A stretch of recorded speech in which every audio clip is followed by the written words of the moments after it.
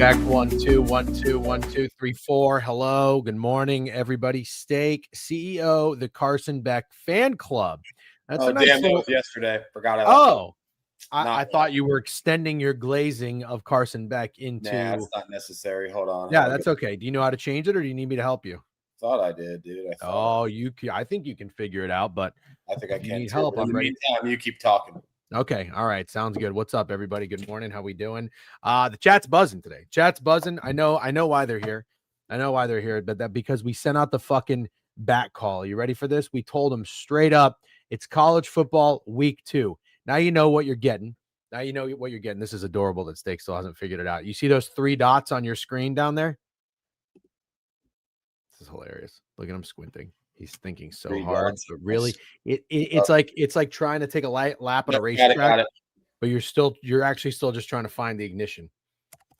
Okay, there you go. Smack those fucking keys. Figured it out. Did you? Because it's still there. Yeah, it works for me. This works for me. Figure it out. No, I say we leave it the way it is. Oh, now you want to leave it the way it is because you don't know how to fucking fix it. Yeah, that's okay. Hey, listen. Hold on. Listen. What does yours say? What do you think mine says? Do you see what just happened? Yeah. Now, what does yours say? What does that say? Loser douche. I didn't even notice what you had going on over there. Okay, I am proud of you. You figured it out. You hacked it. I don't want to let you into the mainframe of Twitch. God knows what you'll end up fucking doing back there. But anyways, good morning. Week 1's officially over. And Steak, I mean, you got the over. I got the team total. It felt like a community win out there. I saw all the homies, for the most part, were on TCU. And I got to be honest, I mean, I love the bet. I loved it from fucking the offseason. I was fully prepared to fade Bill Belichick, but I posted a video talking about the line move and the splits. I got a little concerned. I really did. It was a lot. It was very lopsided, very one-sided. And I'm starting to think to myself, are we all going to look like fucking idiots if Bill Belichick goes out there and puts on a masterclass of a performance defensively in his college coaching debut? He did not. That first drive, though, will always have that first drive, dude. You know what's great? This is what I love about Twitter. And, you know, I respect, even if you're wrong, even if you're just like unbelievably wrong, I still respect people that put their thoughts out there. Yeah. Like, you got a thought that crosses your brain, you put it out there. A lot of people have their thoughts, but they don't put them out there because they're scared of the criticism. They're scared to be wrong. I saw a lot of people, and these tweets surface, of a lot of overreactions about North Carolina after their first drive. But I can't talk shit. You know why? Because I thought the same fucking thing. When that first drive came out, I was like, God damn, that offense looks good. The place is hype. And then even on defense, I think TCU got a couple of first downs, but they stalled. They didn't score right away. So I was really, really impressed. Everybody looked locked in. What was your takeaway from the... I overreacted. Gaping fucking holes from the offensive line. They had like back-to-back 10-yard runs, and then Gio Lopez had that dot downfield, and then he bullied his way into the end zone. I'm like, oh, fuck. I was like, this is going to be absolutely insane. It's not that I didn't think TCU is going to put up points after that, because I obviously did. I bet the over, but I liked UNC. Hand up. I liked UNC. I didn't think, like, the things that happened after that couldn't have been funnier. The graphic, I mean, honestly, was last night not the funniest game of football of the whole week, like the most, what's the word, viral game of football. The graphic where it said he hasn't completed the pass since 8-12. I mean, it probably makes sense because Bill Belichick was involved, but dude, Twitter was fucking hilarious. Twitter was hilarious. Twitter's the best. I can't fathom what people are doing on Threads, honestly. Like, if you're not on Twitter talking shit about the game, especially if you're a sports fan, I don't know what you're doing. But anyways, yeah, it was great. It was great. It was beautiful. And I know that this isn't like the best time to do this, but I think we can I think you and I both, like, we've never really been big Bill Belichick slurpers as of late. I think you and I have both been pretty critical, as most people have, with him. Never been Bill Belichick slurpers, to be fair. If I had to pick a side of the relationship, I was always team Tom Brady. Okay, well, hand up. I wasn't. Hand up. Back in the day, there was a part of me that thought Tom Brady was a little bit of a check down merchant, a little bit of a 5-yard pass merging and with just like not needing to do too much. And then he would have 2 or 3 really nice passes. And I'm like, you know what? This is all Bill. This is all Bill. What a great coach. Everybody's locked in. He gets the best out of his players. His defensive scheme is great. Total 180. You don't respect guys who do their job at quarterback. You need a flashy quarterback. That's like if you had a son who was like a Division I recruit and you were helping him like pick schools to go to, I'm very confident you'd probably send him to like Texas Tech so he could pass for 500 yards. You don't respect guys who fucking complete big third downs on 3rd and 4 because if they don't have 300 yards passing, they're not for you. I'm sorry. What makes you say that? You don't respect fucking Tom Brady and JJ McCarthy? That's I was wondering who the other guy was that you were referring to. I'll have you know, I used to love Chad Pennington. Loved. You did used to be different, but lately you're like, you know, like even your Josh Hoover fandom, like I don't hate it. You were right. You nailed Josh Hoover. He's awesome. And I feel like his stock is on the way up, but he's the kind of guy you like now. You like the numbers. No. You like the numbers. You want your quarterback to put up numbers. This take right now is horrific. I don't know, dude. If you asked me, hey, how many passing yards did Josh Hoover throw for? I wouldn't have known. You know why I like Josh Hoover? It's skewed because of the score and the defensive touchdowns. I'm talking about in the season last year, dick face. When I developed an opinion of Josh Hoover that was a positive one. I watch and I look for swagginess. That's what I like. I like swagger. And Josh Hoover's got that. He's got confidence, he's got poise, and he's got talent. What? The guy fucks animals. Little animal costume. He's not a fucking furry. He's not a furry. Shut up. I say animals. That sounds bad, but I'm just saying. That sounds bad. Yeah, it sounds bad, and it's swaggy. I don't know completely. About that. Yeah, he is. When he's got I don't know. Listen, I'm not talking about what he does off the football field. Okay, but even still, he's not a furry. So shut the fuck up. When he's on the football field, when he's got pads on, when he's got a helmet on, he is a swaggy motherfucker out there. He's not scared of anybody. He's not scared of anybody. You know what? I'll tell you something. You don't respect dog at the quarterback position. You know what you like? You like hype. You like hype. That's what you do. I like getting the fucking job done, dude. I like getting the job done. That's what I like. I like the job done. Carson Beck didn't get the job done. You love him. What job did he get done? That's his whole criticism. 24-3 as a starter. He gets the job done, dude. What did he win the big one? Carson Beck is a scapegoat. Whatever. Listen, maybe I'm wrong, but I think you're wrong too. I don't need numbers. But I will say Kyle Trask got me with the 4,000 passing yards and 44 touchdowns. Oh, well, Kyle Trask got me too. Yeah. Dan Pierre also put up numbers. Let's not get that wrong. I don't know about that steak. What does he say? That is Will Taj got the job done. Yeah. Will Howard got the job done, and I don't respect him maybe as much as I should. I'll say that. Yeah. And hey, fuckface. Who took Will Howard to win the Heisman at any point in his college career? Yeah, we both had our thing for a Kansas State. Yeah. Did I take Drew Aller? No. Go ahead. What are you gonna say? No, that was it. You're right. Okay. We both fell for the Kansas State quarterback. Hey, this is good. Straight locks. This is really good. Hoover reminds me a little bit more of a swagger Stetson Bennett.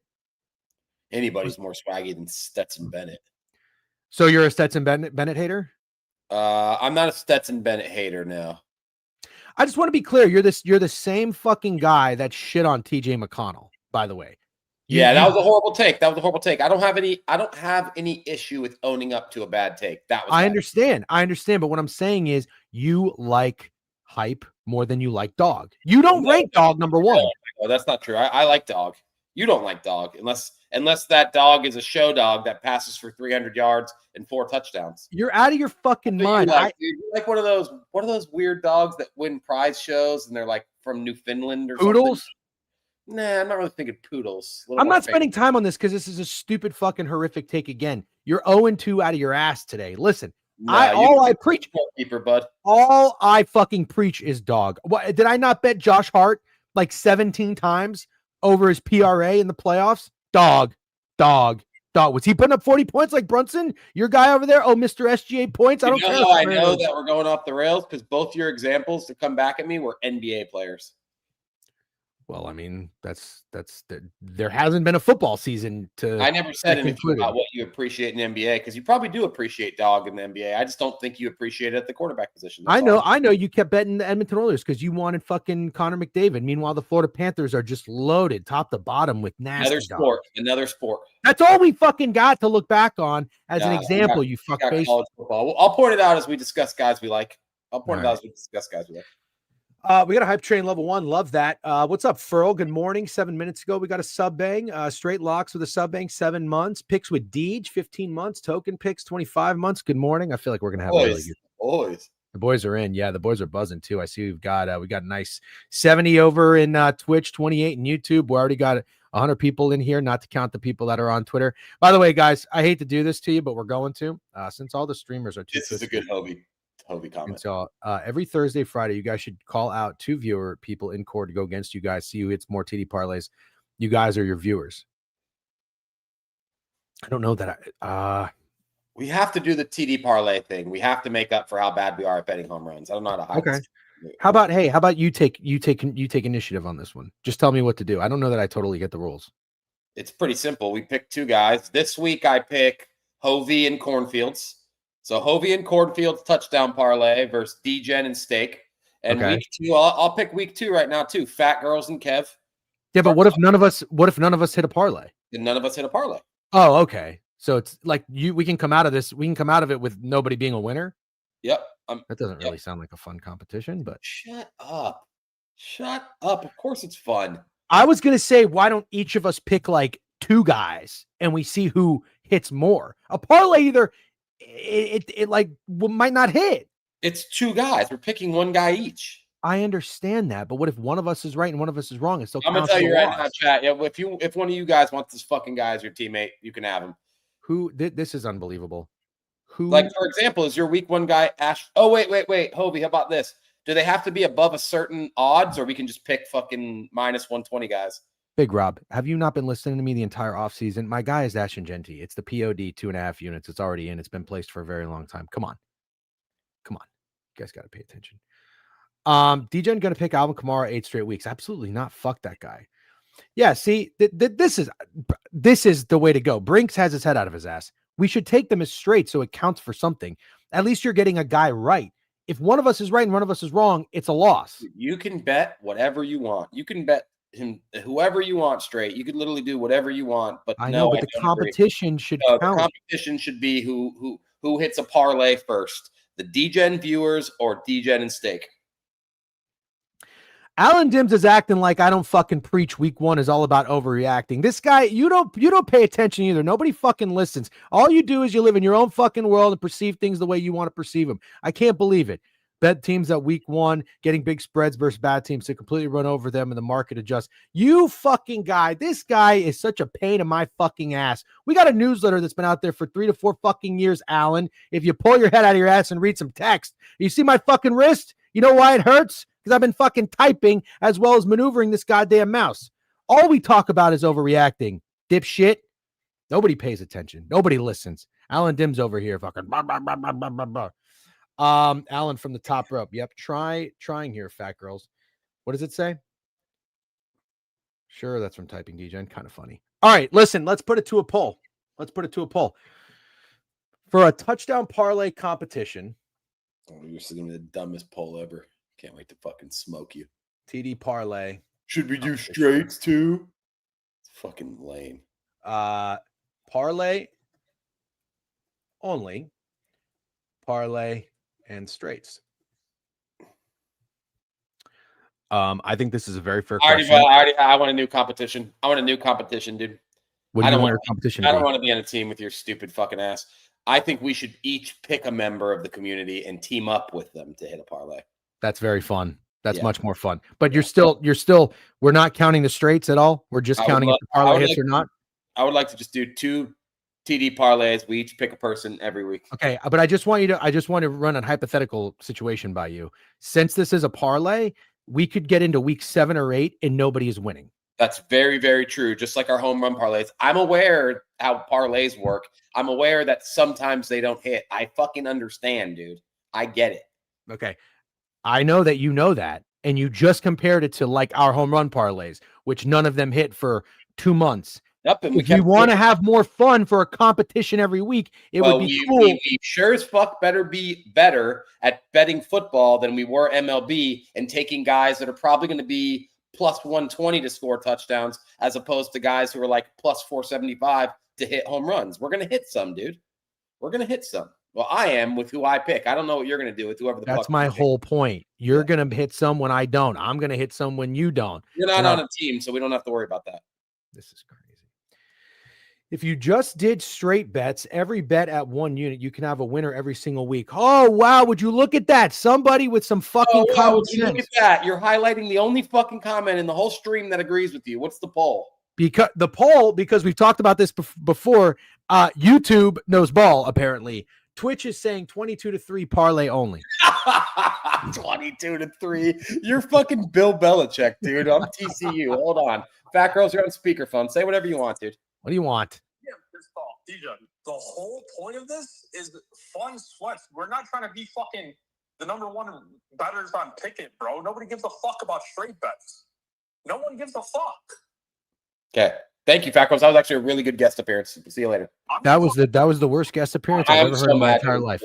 I know. I understand that the attention span out there is goldfish and everybody wants parlays. We're not doing this to fucking go out there and hit lottos and try to get people into a VIP Discord. Are we having a competition amongst 22-3, dude? You putting up Nico I am Aliva numbers in here. Okay. All right, fine. We'll do it your way. We'll do the parlay competition. And after week 3 or week 4, when nobody we go against is hitting one and it's a 0-0, maybe we'll reassess and readjust because nobody is thinking this through. Oh, I'm telling you right now, by then, whoever I team up with will have hit one, dude. Okay. So do you want to pick your teammate first? For week 1? Yep. Yeah. Okay. No, you go first. Are you having Fat Girls? No, I'm having Fat Girls week 2. I'm picking Hovey week 1 because this was his idea. You can't already pick who you want week 2. What if I want Fat Girls week 2? Maybe we'll see. Then maybe I just tricked you into picking Fat Girls when I really wanted somebody else. I don't want Fat Girls. The Fat Girls, the guy who just called you to go on speakerphone and tell me that parlays are more exciting. Like, I don't fucking know that. Cool. Then you don't want Fat Girls. Then I take him week 2. Jesus. I think the obvious play here is Cornfields, but I'm gonna save him. It's not Survivor. I don't want Hovey. You got Hovey. Yeah, you can't have okay. Well, I know you gave me fucking 5 names, so I don't know who you got anymore. All right, I know who I want. What are you laughing about? Saving Cornfields. Just go, man. What are you talking about? Just go. Pick your fucking guy. All right. I want I don't want Allen. We know. You turn this whole stream upside down. You pick Allen Dims. I don't want quantitative. I know who I want. I don't know. I want Cam as money. Is he here? Okay, fine. I don't know. Is Cam as money in here? No, I don't. Actually, Beef is a good one. Actually, I take that back. I want Beef. Oh my god. I want Beef. Okay, you're getting. Yeah, it's not a portal pick. Fine. DJ and Beef, Hovey, Steak, week 1. Can't repick guys. Like, I can't use Hovey again after this. You can, though. Like, we can use each other's guys. We just can't use the same guy twice. Deal? Wait. What? Like, if you want to use Hovey, you can, but I can't use Hovey again. Oh, we can't use the same. Wait, can't use the same guy twice. No, yeah, but if you use Hovey, that's not me using Hovey. I know you can use. You can use Hovey. Why wouldn't you just say you can't use the same guy twice? You're confusing me. You can't use the same guy twice. I just said that. But we can use the same guy. No, you can't. No. You can't use the same guy twice, but you can use the guy I used. Yes. Yes. So what was the whole point you were just trying to make? Yeah, we're saying the same shit. I think Steak said that a really stupid way. Let's move on to college football. We can run a poll who said it better, but I think it was me. All right, so I'm gonna get. Is Beef in here? No shot. Can sometimes you guys say the same thing and then argue about it. Can somebody do me a favor? Can somebody page Beef and let him know we're doing a touchdown parlay competition and I need him for week 1. And I'll be honest, I'm kind of selling myself out here because I turned Beeve's notifications off. His stock for me is at an all-time low, but he's a very good touchdown scorer better. So I want to come out here and I want to come right out of the gate. I know my guy's hitting because I have Ashton Jeanty and he is getting in the end zone. Hovey, hop in my DM, dude. Hop in my DM. We got to talk. I want to smoke this fucking dude. I'm getting saved is like getting no, it's not. What are you talking about? That you get picked last in middle school because you're not good. I think Cornfields knows ball for a touchdown score. But I'm telling you right now, I already know Steve's going to hit you with a JJ McCarthy anytime. No, he can't do that. Need you, buddy. You're needed. No. Explain to Beeve what we're doing since he's here. All right, and then we'll move on and we'll talk ball because we have serious business to get to. You see what's on the board? Beeve, we're doing a touchdown parlay competition. We each get to pick somebody in the chat, and we have to go against the whatever. I'm picking you. I'm picking Beeve. What are you rolling your head like that for? Because you did a horrible job explaining it. Keep going. Go ahead. You go. Beeve, me and DGen are doing a touchdown competition, anytime touchdown competition against each other. We each pick someone from the chat. I've chosen Hovey. He's chosen you. How's that for an explanation? I didn't hear you say the word parlay one time. Well, you didn't listen well enough. You did not say. You said at any time touchdown competition. That is not what we're doing. We're doing a touchdown parlay competition. Touchdown parlay. Fucking idiot. Cool. God. Beeve understands. No, he doesn't understand because you don't fucking explain things because you got half your head up your ass. He understands. Beeve, you're on my team. You cannot pick a JJ McCarthy. You can pick a Viking. Who's your pick? Don't know yet. That's crazy. I already told you my guy. Yeah, I know your guy, Ashton Jeanty, dude. I like how Boise State with somehow an even worse offensive line in the NFL. I liked how DGen picked a guy from the chat that wasn't even in the chat. Might as well just partner with Matthew Berry. Kind of funny. I don't have to pick right now, right? No, you don't have to pick right now. Thanks for coming. All right, so it's me and Beeve versus you and Hovey. Yep. Okay. All right, that's good. I like that. And then we'll do this every week. And what does the loser do? Good question. And if you hit your parlay, is it up 1-0? Well, how does that work? Good question. See, these are what you should have been asking from the beginning. I always ask good questions because you have to fucking think about the details. Absolutely just stupid, stumbling, bumbling idiot for fucking like 11 minutes, but that was a good question. Dude. I'll tell you what you want to do. You want to build a house just by going out and buying a bunch of plywood. You don't think about the fucking electrical. You don't think about the plumbing. You don't think about the gas. You don't think about any of that shit. That's what you're doing. You're saying, look at all this wood I got. Let's build a house. That's what you're saying. I'm like, well, are we going to build a house with you, man? I want to build a house. I understand that. I'm trying to build a fucking house. That's what I'm trying to do. Anyways, you haven't thought anything through. Don't worry. Beeve will mow the fucking lawn over and over and over and over again. Don't worry. Me and ChatGPT we'll grind it out. We'll figure this out and we'll do everything. Okay. That's what we'll do. DGen, pick your week 2 teammate since Steak already picked his. No, I'm not doing that. We're picking one at a time. Monday teammate reveal. That's what we'll do. Right now, it's Beeve. Me and Beeve against Steak, and we don't even know how the scoring competition is going to work. Sounds riveting. All right. I think we do have to talk about yesterday. Are you locked in?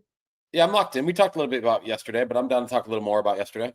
Okay, so I have a question because I'm in on TCU this year. I have TCU over their win total. I have TCU to win the Big 12. I'm not going to overreact. Pretty good idea. Sorry. I know you're probably tired of talking about it, but Greg should probably be involved. And Greg will be on stream this week, right? Yes. Perfect. Greg will be involved, guys, and he'll take a teammate too. By the way, we're doing a pregame show moving forward officially with Pickett. So instead of the happy hours, we're going to do a Thursday night football pregame. It's going to start at 7 o'clock till kickoff. All right. And we're going to dig into player props, everything inside and out in the game, fun bets, team to score first, all that fun shit.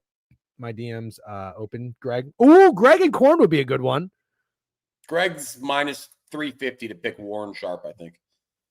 Pick Warren Sharp? Yeah, he's going to try. Also, I will not to be a teammate? No. Greg and DGen actually stays up till 7 p.m. Yeah. Hovey's my partner, Beef. Yeah. So it's me and Beef. My guy's Ashton Jeanty because he's been my POD for 2 months. So doesn't matter. All right, so Greg will be involved. This will be fun. We'll see who Greg picks. Greg should pick Chewy. You have some nerve. What? Greg should pick Chewy. You should have picked Chewy. No, I'm saving Chewy. You're saving Chewy. Got it. I'm saving all these guys. I don't want Corn with an important Vikings game because he's going to give me TJ Hawkinson. I don't want Chewy with an important Bears game. Ooh, I see what you he's going to give me Rome Odunze. You thought Corn wasn't going to be in his bag this week because no, every time Corn gives me anything, it's a fucking Vikings prop, and I don't like the Vikings. I don't like anything in that game. Enemies this football season. It is what it is. But I get what you're doing now. That was strategy. Yeah. You ever play chess? Oh, absolutely. You actually seems like you'd be good in chess. I'd destroy you. Yeah, I know. You're good in chess, but like you should apply some of the things in chess to like right now. No, I don't want to. Okay, you don't want to. Yeah, kicking and screaming. Okay. Chewy's gonna get PCA touchdown. Can we legitimately stop talking about the competition and can we talk football? I'll do my best. I know, but you should probably turn the chat off for 5 minutes, not talk. All right, fine. That's good idea. All right, let's lock in. We have to move forward. We've got to get rolling. We've got to start talking college football. I just want to talk about last night. Okay. Quickly. This Gio Lopez guy. I tweeted about him. I thought he looked really good on the first drive. Everybody was like, he's good at South Alabama. I know he got hurt. Max Johnson comes in. What a great story, by the way. I didn't realize he almost lost his fucking leg. Throws a touchdown pass to his brother. Shout out Brad Johnson for coming on the board review for an interview. He is no longer on Twitter, unfortunately. I went to go see. But he was at the game last night. I thought that was kind of cool. Not good. Steve Belichick, the offensive coordinator or defensive coordinator. Not good. Freddie Kitchens, offensive coordinator. Really, really bad outside of that first drive. TCU, good. UNC, bad. A little bit of both. What do you think moving forward? I think just based off last night, more UNC bad than TCU good, but doesn't mean I don't think TCU's good. I just want to see another game where they aren't gifted like one of the easiest pick sixes you'll ever see, followed by one of the easiest fumble returns for a touchdown you'll ever see, and two of the easiest rushing touchdowns you'll ever see. Like, I don't know if they were touched on either of those rushing touchdowns, and I'm a little upset, not because I liked UNC because I liked the over. It was fine. But I'm upset that we talked shit about Bill Belichick having his dumbass son as the defensive coordinator, and you leaned into it and I didn't. That's what upset me because I was more prone to buying into Freddie Kitchens because of what I saw from Matt Patricia, because they have similar things where everyone hates them, but they're actually decent coordinators in my mind. Obviously not a good showing from Freddie Kitchens, but I think I still stand on him being a decent offensive coordinator. Mm-hmm. And I decided to lean into Freddie Kitchens more when I should have leaned into fading stupid ass Steve Belichick. Yeah, I think I've told you that going into this football season, I mean, the last couple of years just been being tapped in on social media, Twitter can really fuck with your head. You know, see what everybody's tweeting about, everybody's talking about. Yeah. I'm going to not let that dictate my wager. I'm not going to let that fuck with me. I'm going to acknowledge it. But if I like something, I don't care if everybody's on it. I'm going to do it because I'm going to stick with what I know. And what I know is, in my opinion, that staff at North Carolina is not serious right now. They're just not serious. No. And so Sonny Dykes, by the way, nobody talks about Sonny Dykes. I don't know what Javon thinks about him. I would love to have Javon on again at some point in college football season with you as well, like we did last year. But I know they're traveling. They were at the game, boots on ground. Great win to watch for your alma mater, for your school. I love Sonny Dykes. I think he's a great head coach. And like nobody talks about him. Like they took TCU to a fucking championship.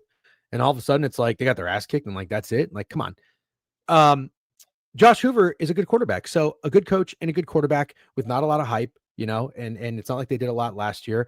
That running back was awesome. The wide receiver that they got from Idaho was awesome.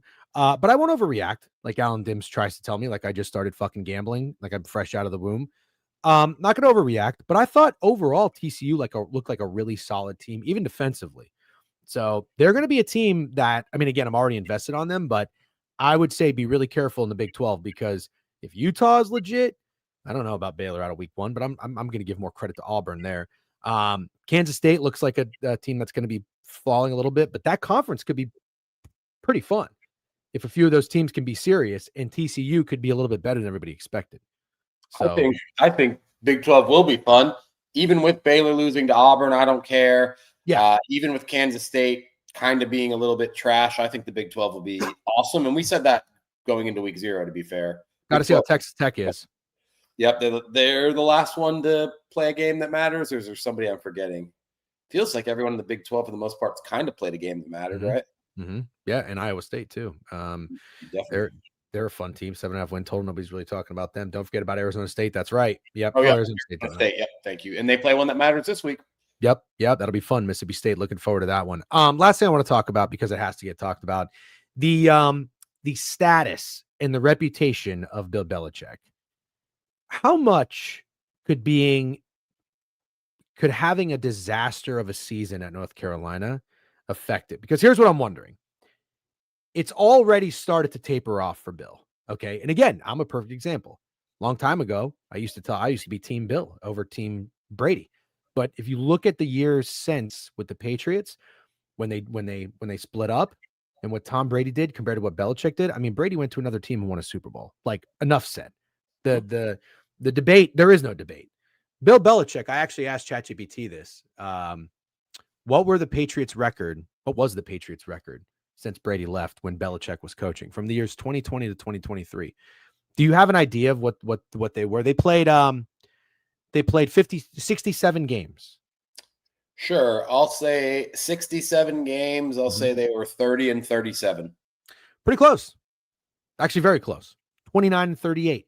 Oh, wow. I fucking nailed that. Yeah, you absolutely fucking nailed that. That's great. I just realized the 30 and the 29. I was like, I thought it was a little bit more off than it was. I was like, wow, you got that by one game. 7-9, 10-7, 8-9, 4-13. Flukiest 10-7 season ever, by the way, with fucking Mac Jones. That's the funny thing. Sure. Yeah. Listen, I don't want to shit on the guy entirely because he's a head coach and coaching's not easy and he's got so many Super Bowl rings. But there comes a point where we have to accept Tom Brady is, in my opinion, this is not Michael Jordan and LeBron.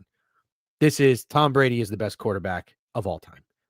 You are not going to find somebody who is as intelligent, as talented, as confident, and as good of a leader, I think, at the position than Tom Brady. It's the most important position in sports. And I'm starting to think that you look at his weapons. I mean, Julian fucking Edelman, Wes Welker, Danny Amendola. I think the only guy that they really hit on was Gronkowski. Am I wrong? One year of Randy Moss. One year of Randy Moss. Absurdly competitive and also insane. I think to be as good as Tom Brady was, for as long as he was, you have to be actually insane. Tom Brady was insane. Yeah, he's a freak. He's a freak competitor. He's one of one, and he's the man. So this is what I'm getting at here. Bill Belichick, in all seriousness, could this be someone who was at the top of the top, thought of as being the best head coach of all time? Could this be the biggest fall from grace we've ever seen in sports? Think about this for a second, what I'm saying. He could have gone out on top in a sports city like Boston. He continues coaching. He fails. Now he's dating a 24-year-old who just trademarked Gold Digger, who's... How the fuck can you trademark Gold Digger? I don't know I don't know anything about patents, but anyways, she's on the field. She's like involved with the team. She's in a Dunkin' Donuts Super Bowl commercial. And Bill Belichick is now coaching. And he comes out there. He's got his son as defensive coordinator. He's got Freddie Kitchens. And you know what else? He's got Michael Lombardi as their director of player personnel, I believe, like the GM of this team. Mm-hmm. Only tells me one thing. The ego could be a real dangerous fucking thing. There's nothing that Bill Belichick had to prove anymore except to his own ego. And he's losing that battle fucking greatly. It's really, really sad. If there was somebody in Bill's family, like they really need to go in there and be like, hey, cut it now. I don't think Bill listens to fucking anybody. I don't think so either. But it's going to be a shame because this is a guy we're going to see on the sidelines potentially. Where is North Carolina going to some of these ACC schools? Like he's going to be where at fucking Boston College. He's going to be at Pitt. He's going to be at all these like little tiny campuses, and he's going to be getting his ass kicked. That's what we're going to see Bill Belichick. Do you understand what I'm saying? We're going to see Bill Belichick on our television at fucking the University of Stanford getting his nuts kicked in. They play Charlotte this week. That's already hilarious. It's pathetic. It's pathetic. It's really, really pathetic. And I'm just starting to think about it. I'm like, who else? Somebody said Kanye West. That was a funny one. But like anybody else in sports falling off like this? I don't think so. I have to think about it. Joey Gallo.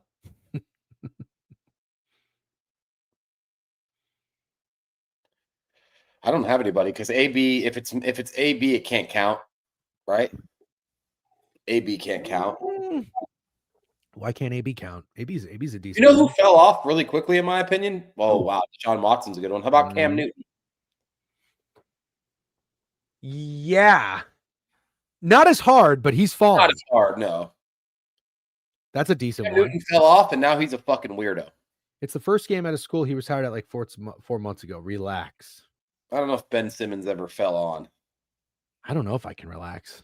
Le'Veon Bell's not a horrible one. Andrew Luck's a weird one because he retired, but yeah. Todd Gurley, not his fault. Oh, Jerry Jones can't do it. Jerry Jones. Last thing I want to talk about, and then we'll get into the board because we got a lot to go through here. Thank you everybody for hanging out with us. Make sure if you're in YouTube chat, I see you guys over there. YouTube's been thick. We love that. Subscribe to the channel, like the stream too. Hit that like button. And then Twitch, make sure you just follow the page. We appreciate it. Thanks for all the subscribers. Twitter, come on over to Twitch or YouTube where we monetize. You know what? Actually, executive decision. We're going exclusively on Twitch and YouTube. We're going to review the college football board week 2. We're going on Twitch and YouTube. We're going to shut it down here in a few minutes. I'll tweet the link. Sorry, we got to go corp, but it has to be done. Did you see, Steak, what came out about Micah Parsons? Some kind of injury. He's going to need like an epidural? Yeah, epidural. Are you concerned at all about that? Yeah, I mean, as a Vikings fan, not concerned at all. But overall, would I be concerned if I was a Packers fan? Absolutely. The thing is like you don't do stuff like this. This is the whole Packers thing. You don't do this. Sign guys to obnoxious contracts, make huge trades like this. So if it goes down that he's injured, that would be crazy. I don't even know how that got by. They're saying Packers didn't even know about this. Seems a little odd, doesn't it? Yeah, it seems really weird. If it comes out that he's got this injury, do you then think Jerry Jones fleeced? No. Well, I mean, if he got the injury, I would have more questions about the physical process. Sure. Okay. I guess that's fair. All right, guys, I'm going to pull up the tabs and we're going to get into the college football week 2 board. We do have Thursday night football. Steak's going to be boots on ground. Steak, you fly out tomorrow? Mm-hmm. Okay. So we'll have Mid-Major Matt join us tomorrow. We're going to go over the week 1 NFL board tomorrow, Thursday night on the Pickett YouTube channel. I'll give you guys that link. Make sure, by the way, Spence Bets with a new follow and comment. Jerry Jones got to be investigated with Parsons. I mean, maybe they wanted to pay the guy $40 million. He didn't want to take it. He took 47. After state taxes, he's making 43. He's getting an extra $3 million a year. And Jerry Jones found a suitor to give him 2 first-round draft picks. I just don't think it's that bad when it's all said and done personally. But I understand. I think I'm in the minority there. And I'm not even trying to be a contrarian. There's the YouTube Pickett Sports link. We're going to be Thursday night moving forward. I'll post a tweet about it in a graphic later. And then Friday, we're going to have Greg on. And then we'll have our best bets video for college football come out on the YouTube channel. I'm starting to come Sunday around. prop talk, baby. McKiffin, I noticed, you know what? My 2 guys in here who are always usually on my side, McKiffin and Bad Guy on YouTube. That's my clan. Who are your top 2 guys? Chewy and Hovey? Well, I mean, I love McKiffin and Bad Guy. I want to be clear. I don't know if I necessarily think those are your guys, but I'll No, they're my. Yeah, they are. The whole chat's my guys, dude. The whole chat. Every name I see pop up is one of my guys. Yep. Fair enough. Hey, DJen, thanks for getting me on. What does that mean? Oh, cornfields. No, I always assume cornfields. Can cornfields do? Yeah, that was I gave a politician answer. Can cornfields do prop talk? That'd be awesome. Sunday morning. That'd be so cool if you could. I'd actually love that. I forgot we're doing prop talk starting this week too. It's gonna be a big week. It's gonna be a loaded week. Cornfields. Check your text. Really, that's what we're doing right now. I've told Cornfields, and I'm not gonna say this again. I don't have anything. Oh, he said he's back and he's ready to roll. My bad. Nice picture on vacation, by the way. It looked great. W dog. Yeah. I texted DJ. Sorry. Yesterday was a big day. No response. Did I really not respond? I'm not even gonna dodge that one. That's fucked up on me. My bad. Yeah, that's my bad. Corn. Wait. Cornfield's gone days without responding to me, so I don't want to fucking hear it. But Corn has an open invitation to come on anytime he wants. So it's more of like a what are you laughing about? He's gonna respond saying he's saving you for the playoffs, Corn. Corn like Joel Embiid back on week 1, dude. We need that. All shit. Right, let's get into it. Let's get into it. Is everybody locked in? I think we need a little bit of a refresher. Put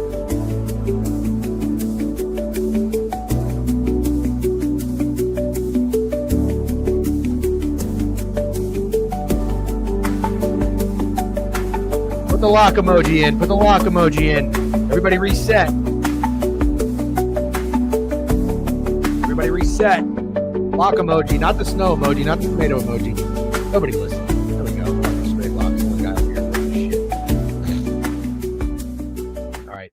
Twitter, you know where to find us. All right. We're going on Twitch. We're going on YouTube. Sorry to be corp. Come follow us on a page that we monetize on. Watch an ad. 100 in the Twitch, 50 in the YouTube. Let's fucking go.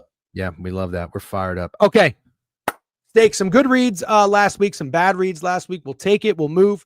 Week 0, week 1 has never really been our strong suit, but we have been in our bag in college football. Last year on the newsletter, we had a very good record. Don't remember what we ended up, but it's all documented. You can find it. Make sure you subscribe to the newsletter. The best bets are coming out Friday morning, and AFC East previews coming out tomorrow. Greg's been doing a great job with those. We've got some games on Friday night.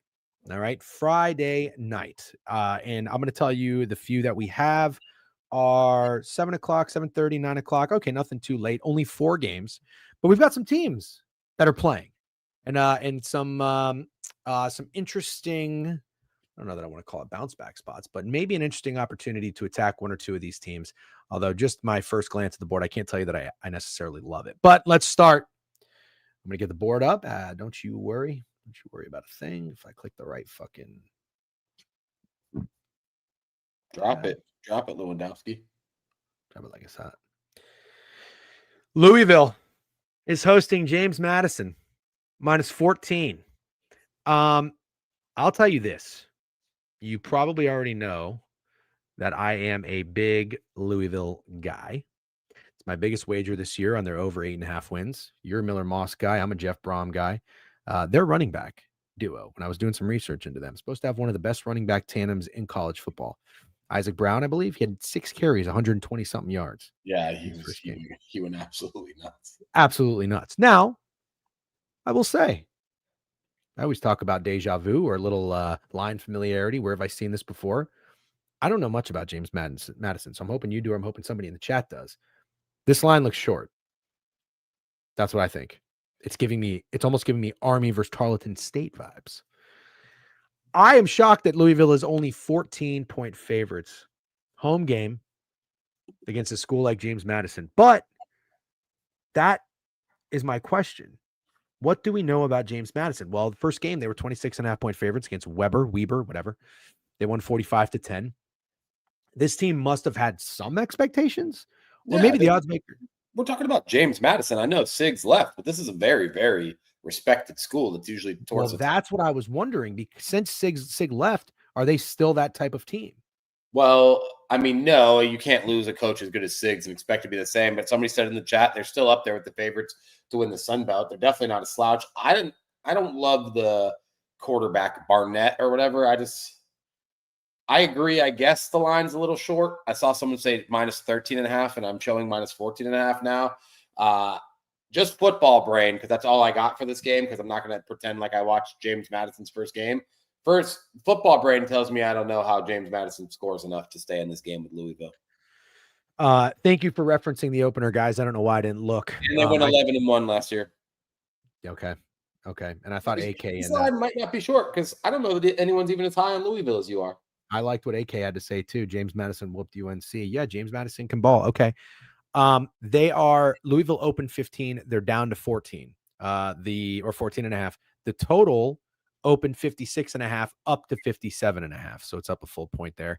Okay. Well, maybe you're right. I don't know that Louisville is necessarily going to have a staunch defense, but I love that offense. And I see no reason that the offense would slow down, but I thought that line was a little short. So you're saying people aren't very high on Louisville? I don't think people are very high on Louisville. No. That's would be wrong. Not as high as you. Like, they're not ranked, right? Nobody's like obsessed with Miller Moss. That's a really good question. I don't think they're ranked. I don't think the spread's that weird either, to be completely honest with you. Okay. All right. Okay. Matter of fact, I would wager to say more people betting James Madison. Okay. All right. Good to know. Let's keep moving. Next game, your boys, your Terrapins. Talked about this team a little bit late in our preview and late yesterday or last week. 17.5 against Northern Illinois. Pretty classic. In my opinion, I think this would be a very classic spot to get contrarian if you want. Maryland just put on a show, boy. 39-7 against FAU and Caden Veldkamp, which I thought, as impressive as Malik Washington was, holding Caden Veldkamp to 7 is equally as impressive. And then you got Northern Illinois, who fucking was 14-point favorites against Holy Cross and could have lost outright. In my opinion, Maryland minus 18.5 in this game is way shorter than Louisville being minus 14.5 against James Madison. I like where your head's at. Yeah, I kind of agree. You know what I like? Northern Illinois had a scare and only won 19-17 against fucking Holy Cross or Houston Christian. I don't know who HC is. I had over 2 token. Sucked. Now, this is what we're going to do. We're going to go to Maryland's schedule. Are they in a look-ahead spot? No, they are not. They have 3 patty cake games to start the year. So they had FAU, they have Northern Illinois, and then they have Towson before they go on the road to Wisconsin. I could certainly see one of these games. They're going to be big favorites and they don't cover. I could see that. Yeah. So I'm kind of in. Yeah, that's my lean for Friday. That's the only lean I got Friday. Okay. Next game. I don't see a line on Western Illinois' Northwestern, but very funny situation here. You got Northwestern coming off scoring 3 points at Tulane, and then you got Western Illinois who just lost to Illinois by 50 and couldn't cover a 48.5-point spread. I don't blame Vegas for not dropping a spread out here if that's true. I see nothing. I just realized you say Illinois. Yeah, I say it wrong. Or I don't know what I say it like somebody from the South, I guess. That's okay. Illinois is right? Yeah. You say the S. That's all right. You're not the only person. Yeah, bad guy. I'd say Preston Stone had the worst performance of any quarterback in week 1 that I can think of. 4 interceptions. Yeah. Right. Sarah says it's not okay. All right, fine. Sure. Yeah. I'm not usually going easy on steak. Everybody else in here is. So I like that.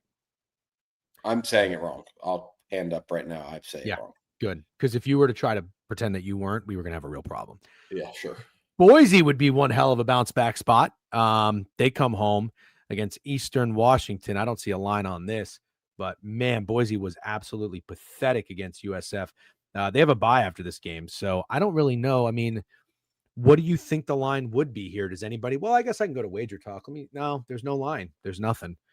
But it wouldn't be where I'd want to attack Boise anyways. Boise might just suck. Boise might suck. Not and we don't know like how much you want to do about Eastern Washington, who lost their first game too. It just wouldn't be my spot. There's a spot maybe if you are into Boise. I think I'm more interested in fading Boise all year. I've been trying to figure out how to attack UNLV to win the Mountain West because I don't think Boise's winning it. Well, let's just talk about overreacting for a second. Okay. I'm just going to play devil's advocate here. I don't think that quarterback looked very good. And I certainly can understand how Boise would be struggling offensively without Ashton Jeanty this year. I get it. But they did still return a lot of players. They have experience. They have their same head coach. I do think there are going to be spots where Boise looks better because I want to give USF a lot of credit. I thought Golish had those guys ready to play. And Brown was awesome. Yeah. Oh yeah. Yeah. So I don't want that would be one of my overreacting spots is maybe try to find somewhere to try to bet on Boise to see if maybe that was more about USF than it was for Boise. Also, we understand the humidity and the weather. You're going to take the stance that Boise stinks this year.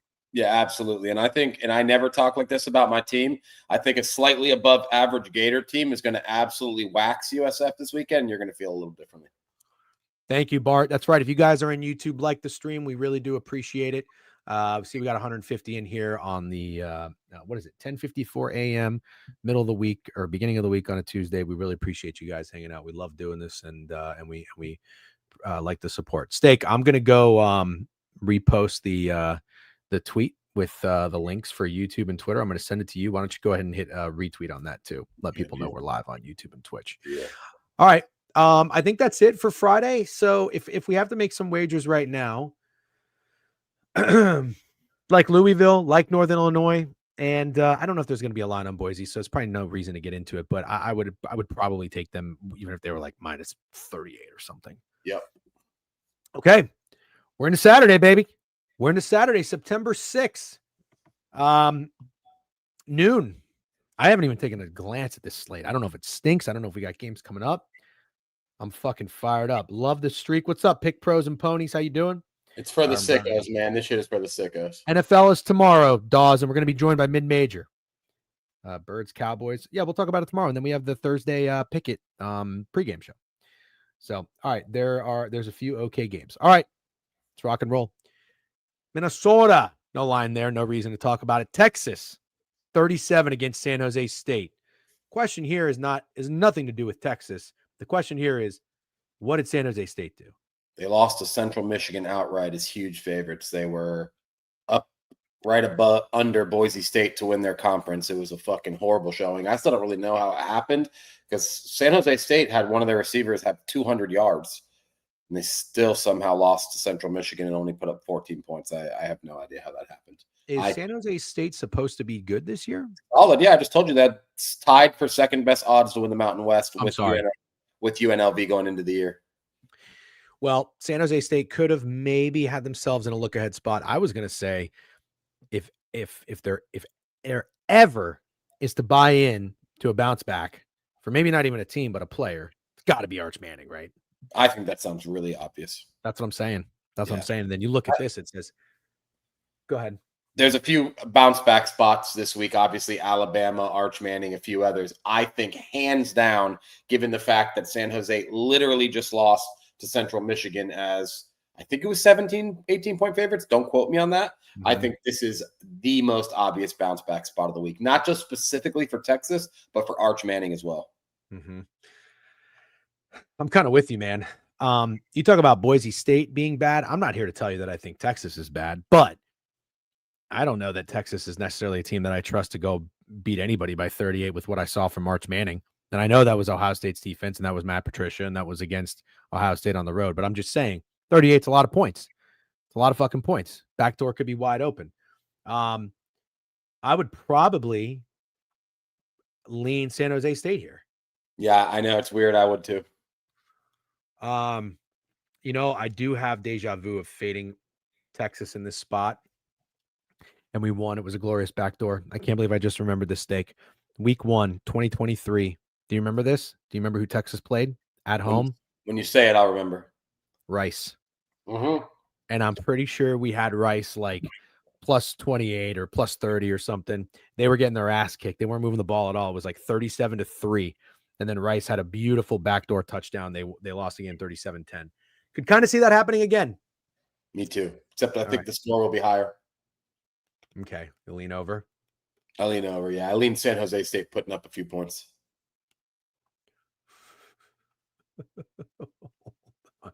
Okay. The fuck's so funny? Some comment on Twitter. FSU. Yeah, I saw Stucky's tweet about this. It was like, oh, I'm going to look to FSU to maybe, sell high on them and fade them. And then you look at their next two opponents and there's nobody. Texas A&M. Texas A&M, yep. Commerce or some shit. So we can just move on from them. Okay, how about Indiana? Indiana was big favorite, 24 points, not big enough. A little telling maybe on Old Dominion. You took them live. I actually like the wager stake. They were down 7-0 to start the game. They moved the ball immediately, but you got hooked 13.5 live. They won by 13. I like buying Indiana maybe this week to showcase a little bit better on offense here. 34.5 on the open, up to 36. So there's a 1.5 point move. What did Kennesaw State do to start this season? Oh, I'll tell you what Kennesaw State did. Oh, you had the money line. Should have fucking beat Wake Forest. The plus 17 was free as air, but they didn't come through on the money line. Would have been a really awesome way to fucking start the year hitting a plus 700 money line. But that's okay. It wasn't meant to be. However, for me, that game wasn't I like Kennesaw State play. It was a Wake Forest and Robbie Ashford suck play. And I think that's what we learned this week is a lot of people might show up here, look at the scoreboard last week and say like, wow, they kept it within 1 point as 17-point dogs. Like they could probably keep it with 36.5 against Indiana, who couldn't come close to covering against ODU. And I don't think so. I think Indiana lights this fucking team up. I don't think Kennesaw can do enough on offense. And I like Indiana minus 36.5. Honestly, so far, one of my favorite plays of the week. Okay. I'm kind of with you. I like Indiana as well. I don't know. I mean, the stats on Mendoza were not great. No. Who, if you is Snowman in here? I'm just curious if you were to tell me about Indiana's offense, do they have weapons? Do they have receivers? I saw this comment because I didn't really watch much of the game, but I appreciate hearing stuff like this from Lewandowski. Indiana left so many points on the board. They had 4 red zone drives. They went for it on 4th down and got stuffed. Wow. Yeah. Wake Forest was so fucking bad. Yeah. Indiana by 100, says Matt Too Frosty. What's up, Matt? Kennesaw under team total. God, I get fucked with those under team totals sometimes if the team's getting their ass kicked. I say we just take Indiana, bad guy. Yep. All right. You know what I'm going to do? I think that's going to be the first play on the board. Where did I put the fucking... Let's go, easy puck. Let's go. Indiana minus, what is it? 36.5. Put that one up there. These are not official plays, by the way. Okay. We're just talking about things we like, and I'm just documenting them so we don't forget. We got a lot of games to go through. We got a full board. Everybody lock the fuck in. It's 11:01. We got 59 minutes for the rest of our lives. Okay. Let's get after it a little bit more here. Next game up. Where's my tab? Oh, why did I fucking close it out? I'm such an idiot. Hold on. I always do this. I like using covers, and then I close out covers, and then I have to go back to covers. Okay. Share the screen. Okay. NC State -3 at home at noon. 53.5 is the total against Virginia. Virginia is a team I don't really know anything about. I saw some, who was it? Maybe it was Krabs or BTL or somebody had Virginia. And I was like, oh, that's interesting. Right out of the gate, double-digit favorite. And it was a great read. Virginia beat the absolute piss out of Coastal Carolina, 48-7. So now they go on the road and play an NC State team that Steak you and I just took in a, I don't know that it's, was it revenge? It was a revenge rivalry. Yeah. So 13.5-point favorites. They did not cover. They were up in the game just about the whole way, though. Let me see. Yeah, I mean, they had a 17-0 lead. Kind of fell asleep. Good for Eastern Carolina scoring 10 unanswered in the 4th quarter. I would probably sit this one out because I feel like there's a chance Virginia might be pretty decent. Open 3, staying 3, 54.5 down to 53. But if you force me to make a play, I'm going with NC State.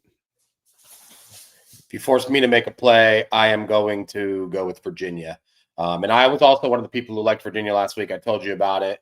Chandler Morris, kid from North Texas, just like Lewandowski mentioned, he was at TCU before that. And then fucking Coastal Carolina had the guy from NC State, Maryland, MJ Morris, who kind of sucks. But I like Virginia, and I'm going to take one more stab on the fact that I don't think people know that they're decent yet, and I think they're decent. North Carolina State pissed me off. They went up 17-0 in a rivalry game, and then they could have stomped on their fucking rivals' throats, and instead they had the most pathetic showing after that. They were pathetic, specifically the defense, absolutely getting torched by a fucking average quarterback at Eastern Carolina, and that shit sticks with me. And in this game, I think I'm absolutely going to take Virginia, man. 30 for 44, 366 yards and a touchdown from Hauser. Mm-hmm. And North Carolina State had a receiver, Grimes, 4 catches, 121 yards and a touchdown. I want to point out Virginia's box score. So they beat the piss out of Coastal Carolina. Chandler Morris, 19 of 27, 264 yards, 2 touchdowns, played a pretty clean game there. He also had 4 carries for 50 yards. This guy can scramble. Look at the team stats. Yeah, Coastal Carolina only had 13 first downs. They were 1 for 14 on 3rd down conversions. Holy shit. Wow. Okay. I like the move on the under too. I'd probably side with that. I think. I see why. I get why. Probably side with that under, but okay, I'm gonna let that one sit for a little bit. You and I might go against each other. We'll see what else I like if I don't need to force him play on that one. Anybody in the chat have anything to say about that one?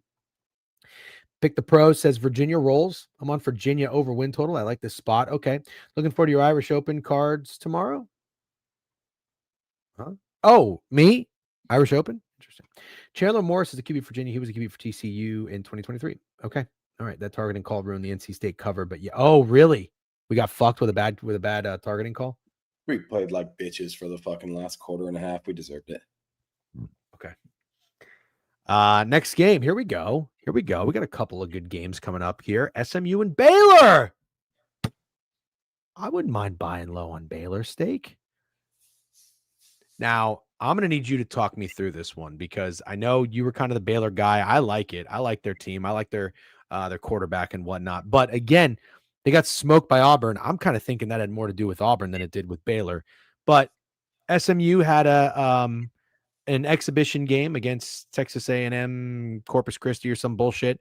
They're favored by 51. They won 42-13. Now they got Baylor on deck before they get 2 road games, but massive game.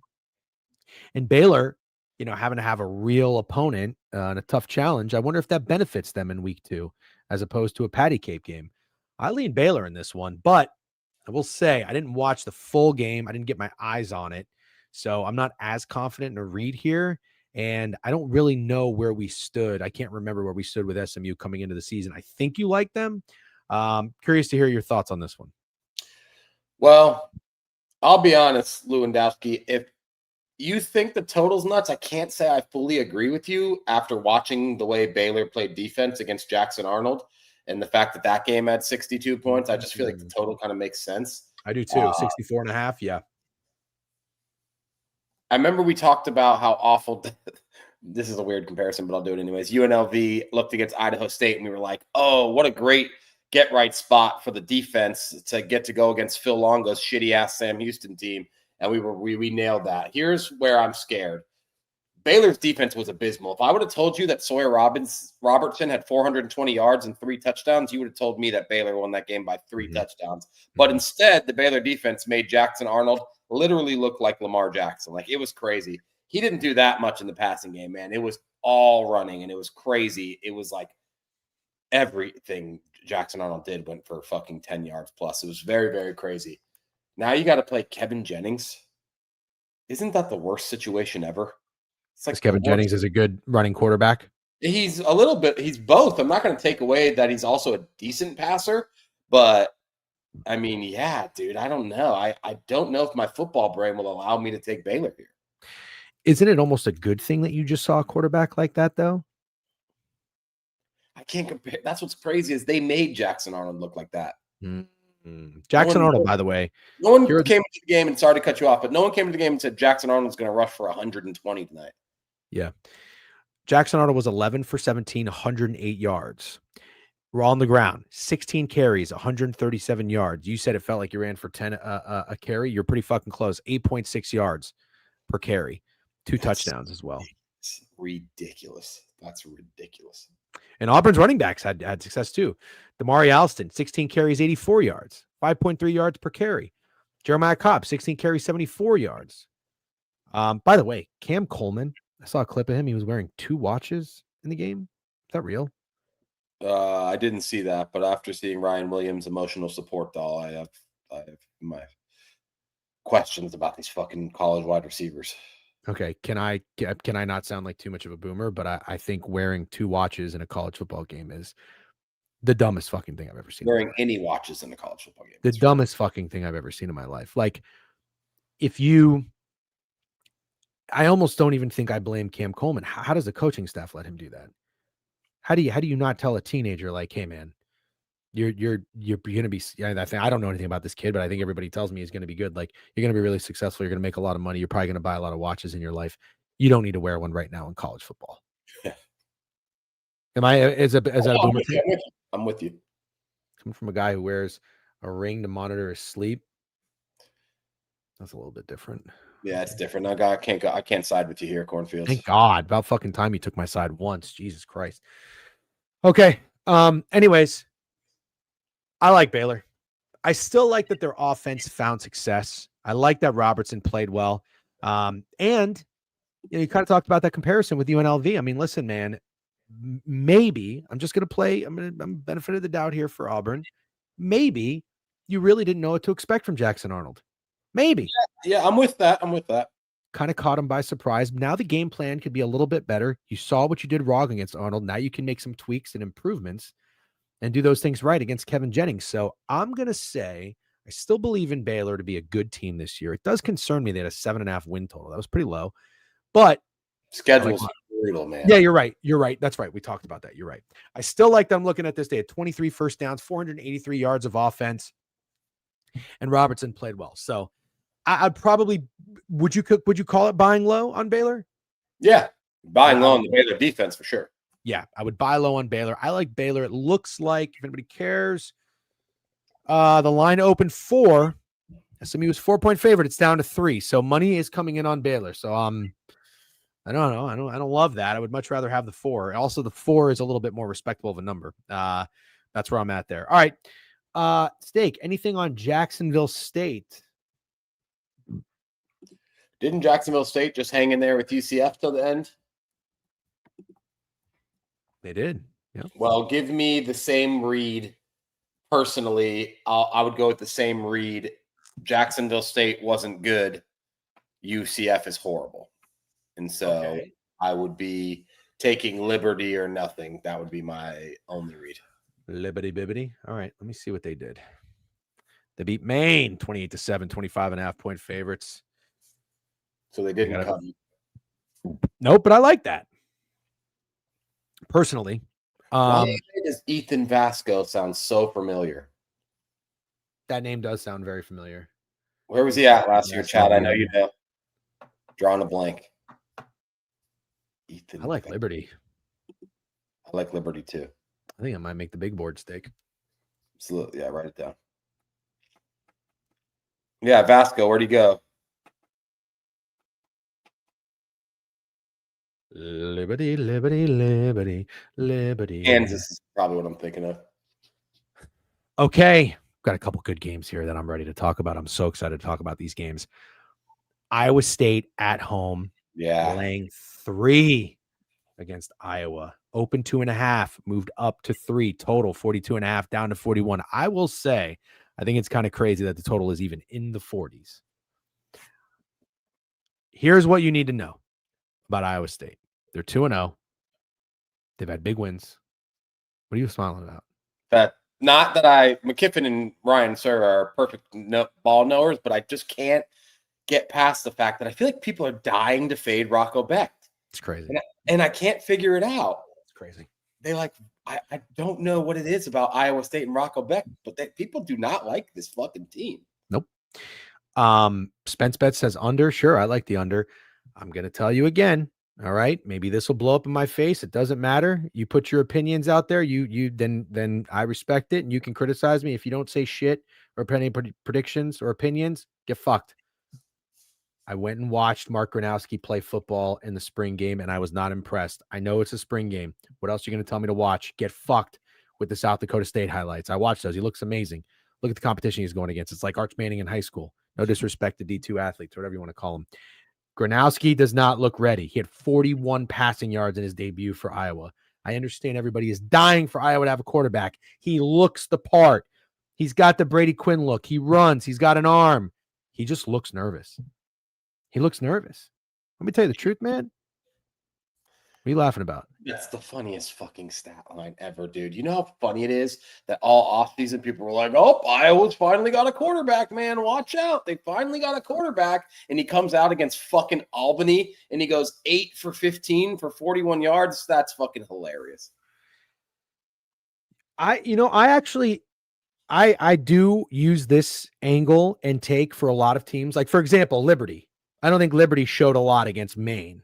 Probably saving it a little bit against, on the road against a team like Jacksonville State. I think if you're Iowa and all you have year in and year out is a pathetic offense, I don't think you are capable of not showing teams things. And also, let me ask you a serious question.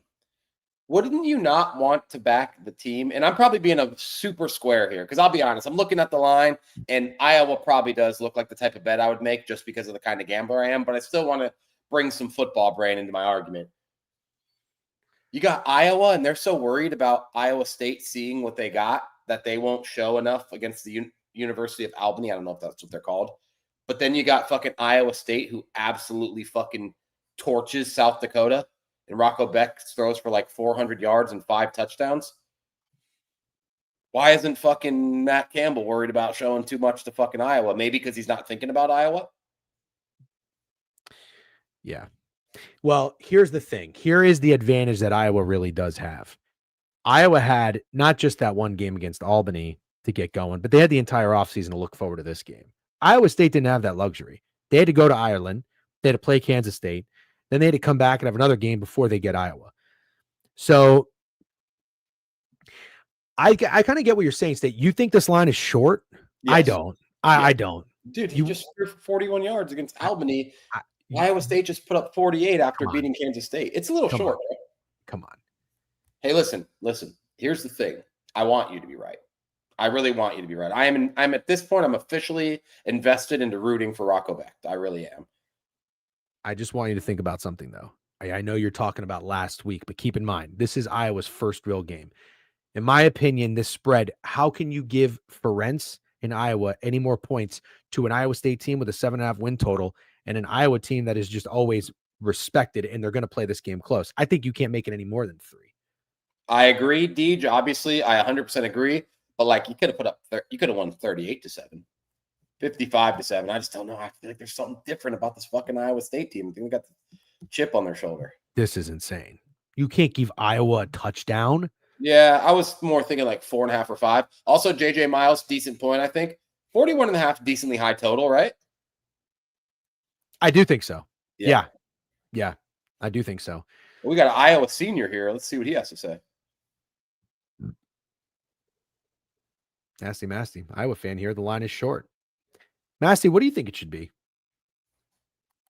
If you told me it was 4.5, I don't think you'd be shocked. Yeah. Sure. 4. Let's see what it opened. Oh, it opened 3. I think I already looked at it. No, it opened 2.5. Sorry. It opened 2.5. It's been bet up. Sure. Yeah.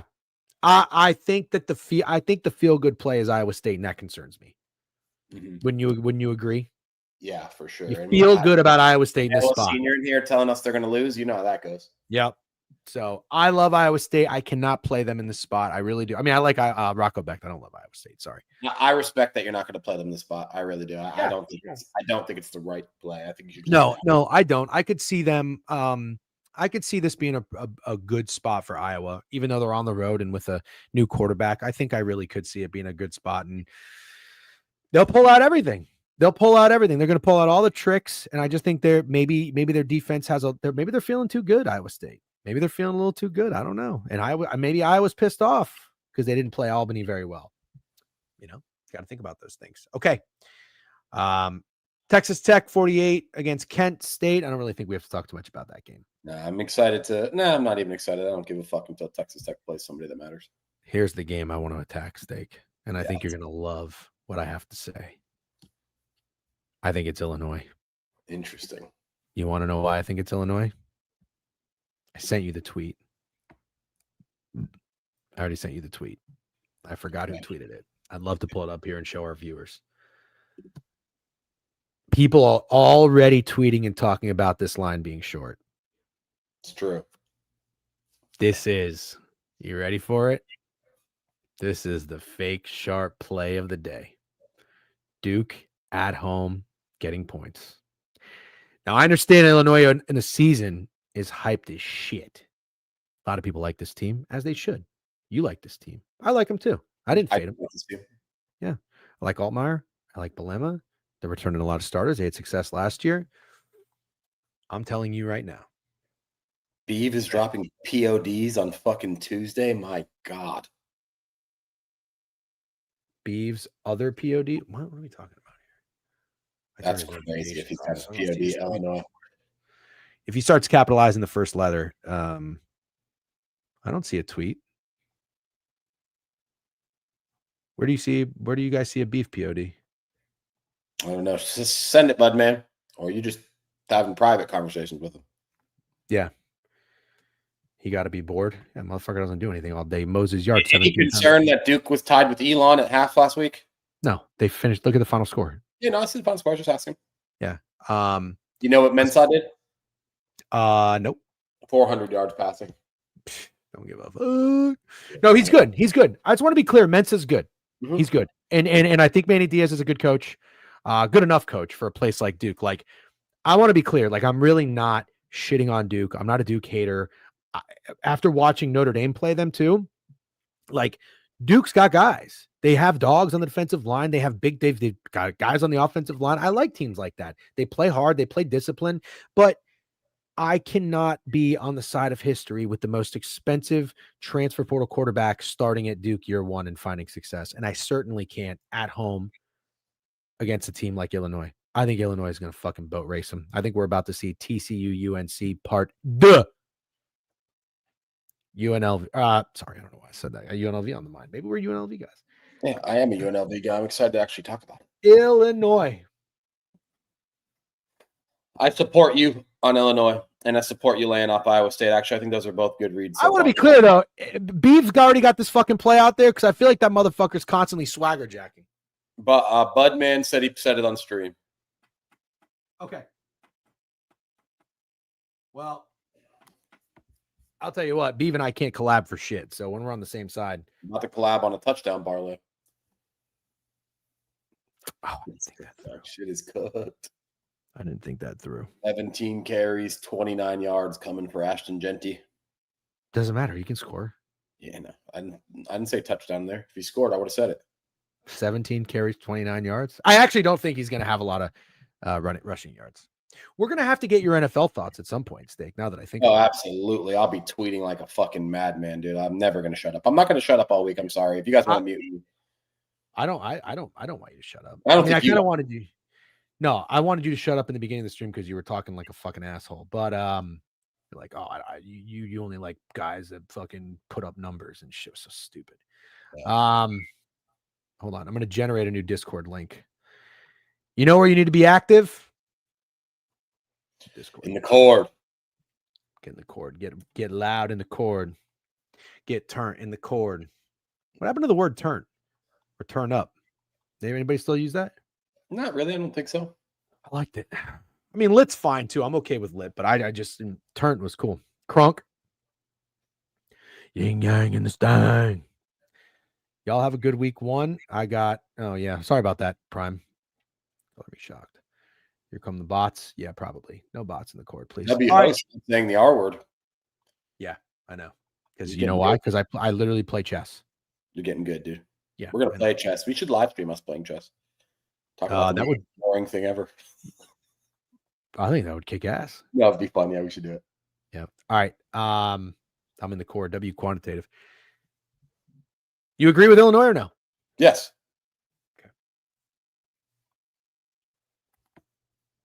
Open 3, staying 3, 93% of the money. Yeah, it's probably square as fuck. Don't care.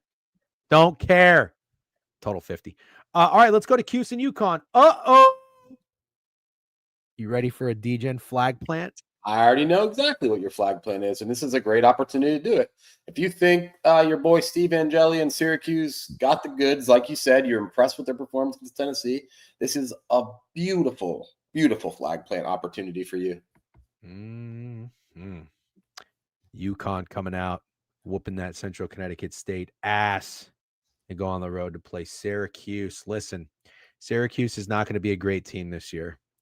These games against UConn and Colgate, their games are going to have to win, especially before they go back on the road to play Clemson, on the road to play SMU.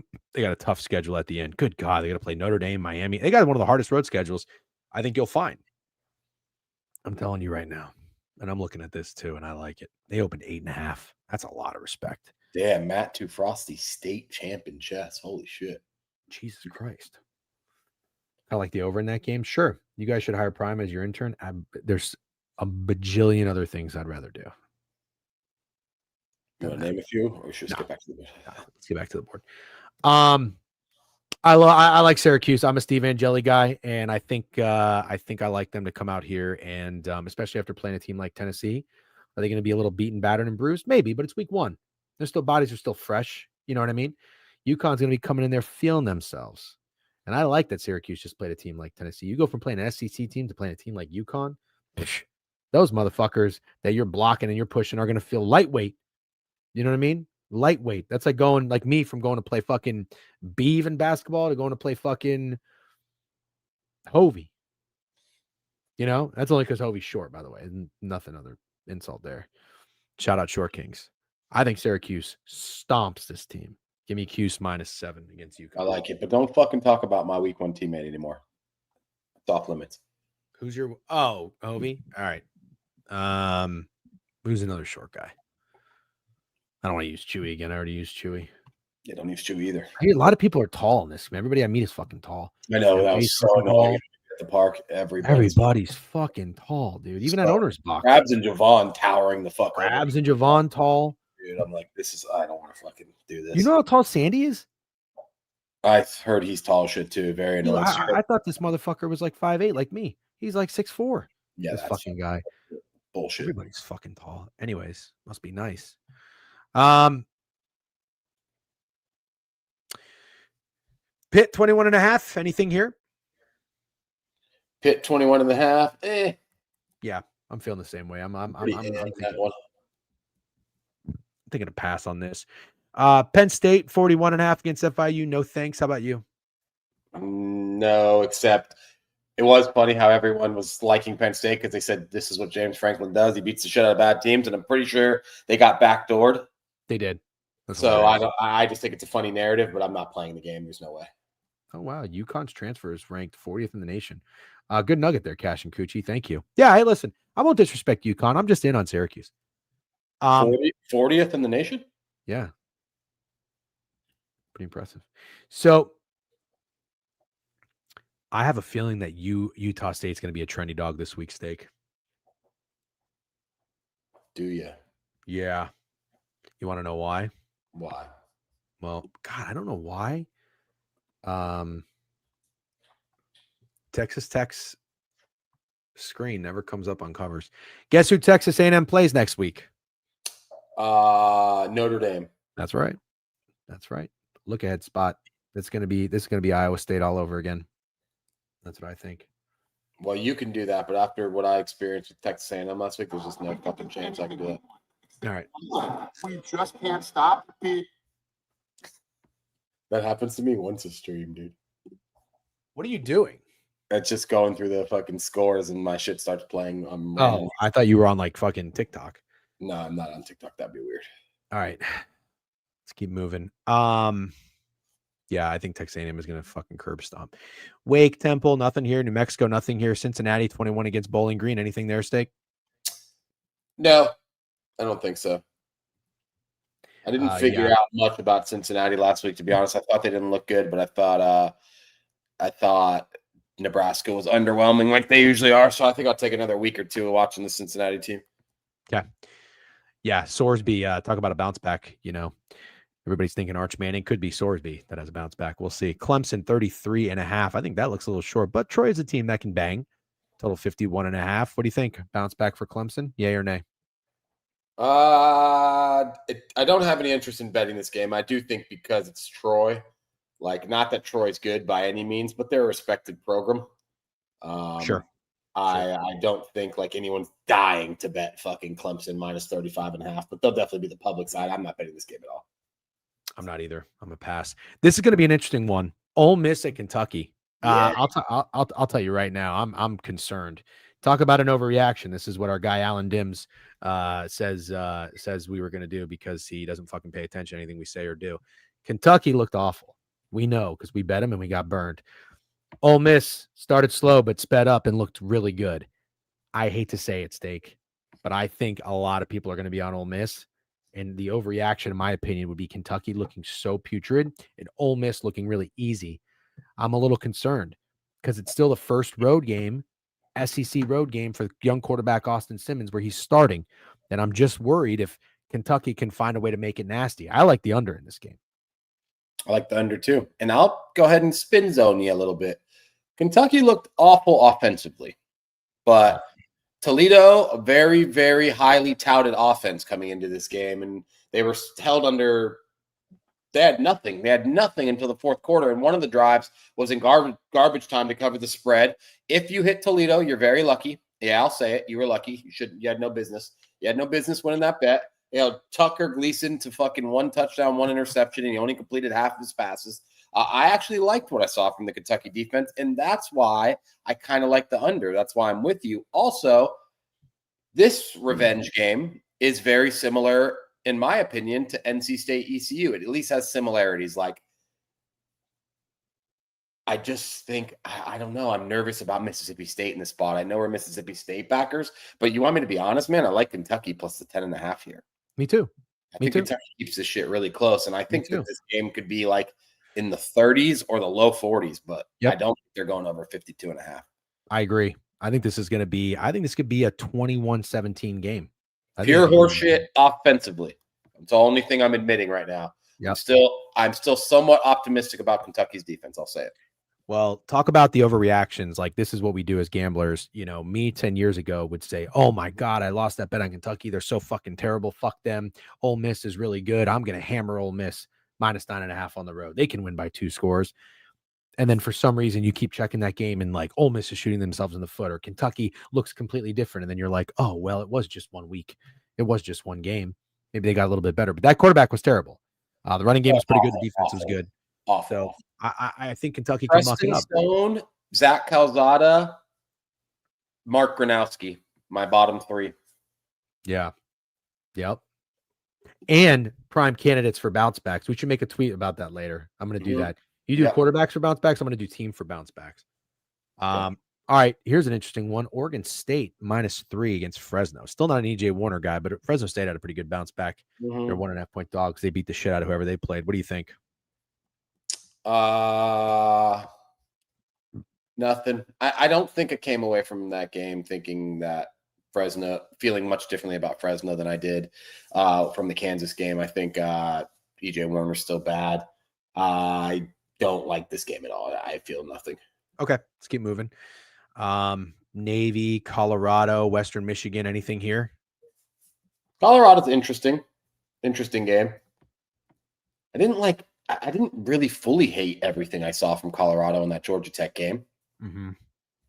Yeah, sure. How could you? Oh wait, Navy doesn't play Colorado. No, they play Delaware. Navy is another team. I don't give a fuck about that. Sorry. Okay. UAB Navy. Oof. Here's a good one. Yeah, Missouri and Kansas. Looks like Missouri. Yeah, this one I'm excited about. Is 6-point favorite and 6.5, 53.5 down to 51. Wow. I thought this would be a popular over with the way Kansas has been playing. Oh no, both of their games have gone under. Wow. 31-7, 46-7. Their defense has been good, but they haven't really played anybody worth a shit. Offense is scoring some points. Missouri, let's see what Missouri did. Well, they only played Central Arkansas. It scored 61-6. I'm shocked the Sharps like the under in this one. I don't know. I don't have a read in this. What about you? I think my read is Missouri. Okay. I think my read would be Missouri here. I think Missouri or fading Kansas? I think, well, it's tough to say like Missouri. Do I think Missouri is slightly disrespected this year? Yes, I do. I don't think anyone likes them, which is ironic because we all liked them last year. I was obviously one of the people who liked them, was really excited about Luther Burden.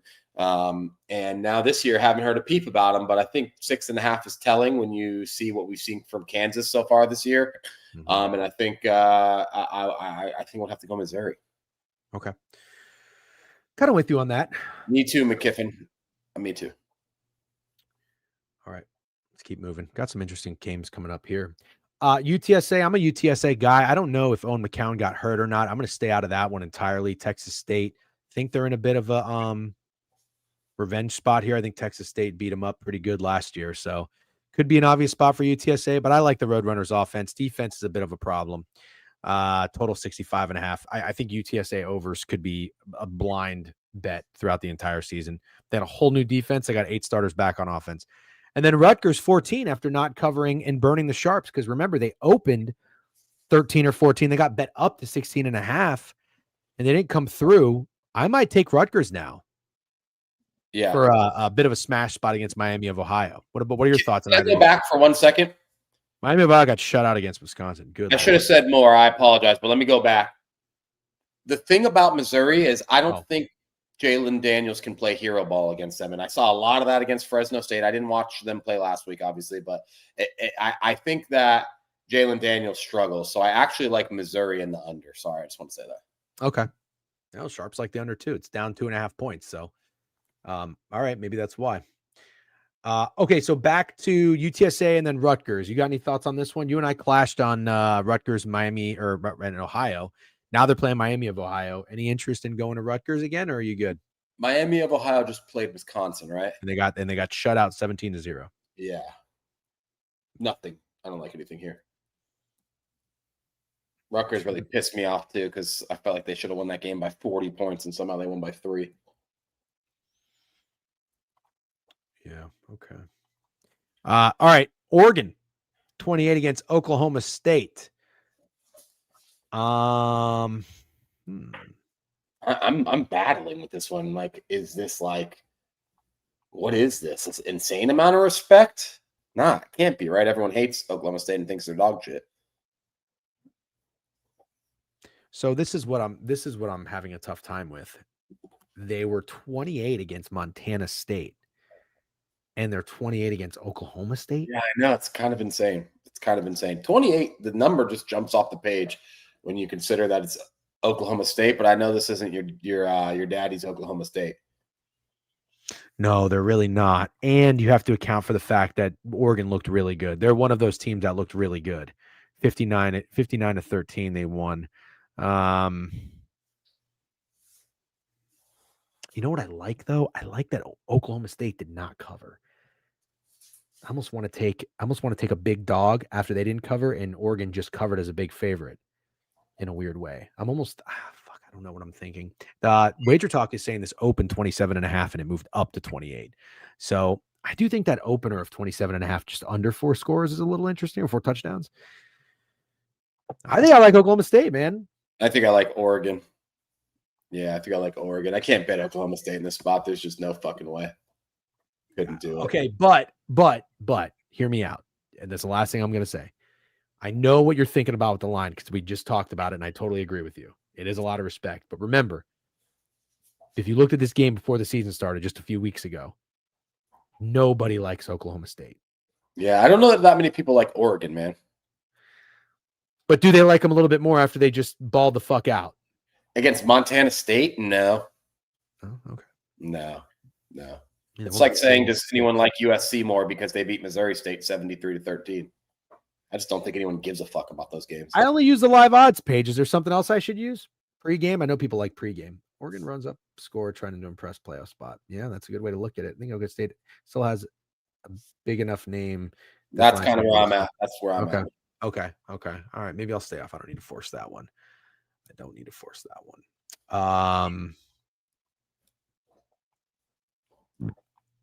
Ohio +3 at home against West Virginia. Anything there? People love Ohio, man. People love Ohio. They're good. Yeah, Parker Navarro is an absolute fucking dog. Their defense was terrible. I mean, they made Cali McManus look like Mahomes. And I can't get that out of my head. West Virginia didn't do much against Robert Morris, but they did enough. Obviously, they won. They dropped 45. See what I'm saying? See what I'm saying with the way you're thinking? You're going crazy because fucking Oregon dropped 59 on Montana State, but West Virginia didn't do much, beating Robert Morris 45-3. I'm sorry. I thought I read 25. Okay. I'm dead serious. I swear. I swear on my dog, I did not see 45. Yes, 45 is respectable. They did. I think personally, Ohio probably is a trendy dog, but doesn't mean I don't think they cover or win. That's fair. Very fair. I think Wisconsin minus 28.5 is a massive number. It's a massive number, but massive number. I wouldn't fucking bet Wisconsin with your money, dude. I hate that school. I think they're fucking pathetic. Absolutely pathetic. I can't put my money on them. Oh my God. Never mind. Middle Tennessee State just lost as a 15-point favorite to Austin, PA. Ah! Yeah, perfect. Actually, kind of like Middle Tennessee State now. Beat Wisconsin, dude, outright. Watch it happen. Wisconsin. Oh my god, bad. Dude, you want to take it? I'm definitely going to think about it for sure. I'll put $25 on it. I'll take Middle Tennessee outright. What time's that game? 4. 4 o'clock. Okay, cool. I'm lost somewhere. Certain schools, I have a hard time seeing them score 28, let alone win by 28. Wisconsin's one of them, yeah, for sure. Yeah, that's exactly right. They just won 17-0. Yeah. Okay, here we go. Florida and USF. Florida 17-point favorite. JJ Miles, because what's that guy's name? O'Neal or something played. Oh, got it. Billy Edwards was their quarterback. Kid from Maryland. Yeah. Florida 17 against USF. You think USF's going to be a trendy dog after what they just did? Oh, yeah. Yeah. I'm not going to like the Gators that many times this year, so I guess I might as well get it out of the way. I think they're absolutely going to shit pump South Florida. Okay. That's a big number. Big number. All that looking for contact and running around everywhere that Byron Brown was doing against Boise, he's not going to do against Florida. I was just going to say. Yeah, it's not even because I have that much respect for Florida or that it's not happening. Not in the swamp. I really don't think so. I think that fucking Florida wins this game by 20-something. I think this is going to be kind of like Tennessee, Syracuse. I think USF is still going to score. Like, I'm not going to take their team total, but I like Florida early, and I think I like USF to struggle early. Kind of like how Tennessee went up 17-0 quick. Are you guys able to bet team totals? We can't in AZ and it sucks balls. Yes. We are able, yes. I mean, Crutch likes the over in this game, and so does Lewandowski. Okay, I can get down with that for sure. Agree with you. I was gonna say I agree. Yeah, I think USF will put up points. I like that. I'm going to put UF first half or first quarter up, I think maybe, or the over. Arkansas State, that's a fun game. Marshall, got a couple of meh games here. Kansas. I was gonna say Kansas State, Army. What do we do there? Well, Army just lost outright, and Kansas State almost lost outright. I really don't know what to do there. That's honestly a pretty funny game. Army Kansas State is a funny game. Not touching it though. There's just no shot I'd touch it. No. Lean under, I guess I would say. Yeah, kind of agree. Rowdy Rhymes. No, I have not seen the Tarleton line, but we're still going through the board. Maybe if they play late, we'll find it. Rice 12.5 at home against Houston. I got nothing in this game. Do you? Nope. Nothing. Memphis. How did our boy Connor Wegman do at Houston in his first start? 159 yards, 3 touchdowns. Is that what he did? They won 27-0. Yeah, I'll pass. Okay. Memphis, Georgia State. No, thank you. Toledo, Western Kentucky. Georgia State, Mississippi just waxed. Yeah. Yep. Here's a fun one. Tulane, 10 on the road against South Alabama after their big win. I think they got up for that game and maybe a little bit of a letdown spot here.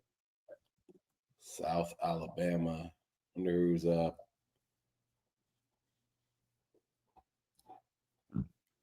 Yeah, I could see it. Got up for that game. Yeah, I could see it, man. I could actually see it. I don't hate it. Oh, then they got Duke at home. This is a bad spot. Yeah, I don't hate it, man. Definitely a look ahead if they got fucking Mensa coming to town next week. Honestly, you're speaking to me here. Yeah. Could be pretty obvious, but whatever. I like it. I'm going to put it on the board. Damn, we still haven't got. Wait, did we skip over a game that's important? Oh, awesome game. Western Kentucky, Toledo should be an awesome game. Oh, yeah. What do you like there? Well, I don't know, man. Over, under 58.5.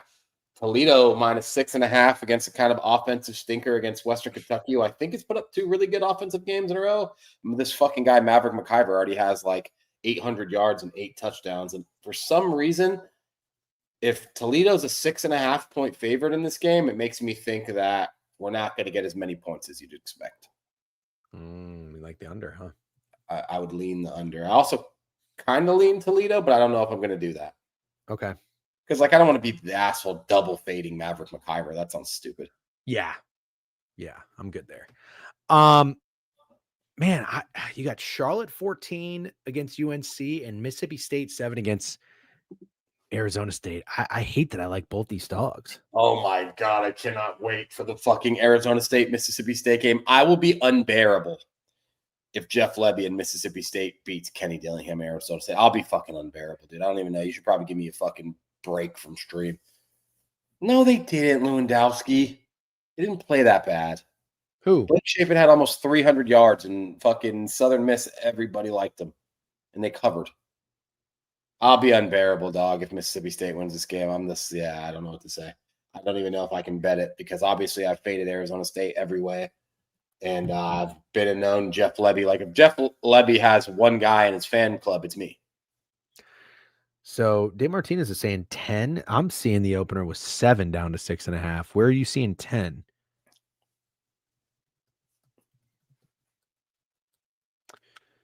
I'm a little nervous that Mississippi State might be an obvious home dog, but obvious plays hit often. I'll probably take him for the fight. Oh, my God. Lewandowski, you're talking about Mississippi State. They lost 41-17 to Toledo last year. Being up 3 against Southern Miss wasn't bad, and they won the game by 17 points.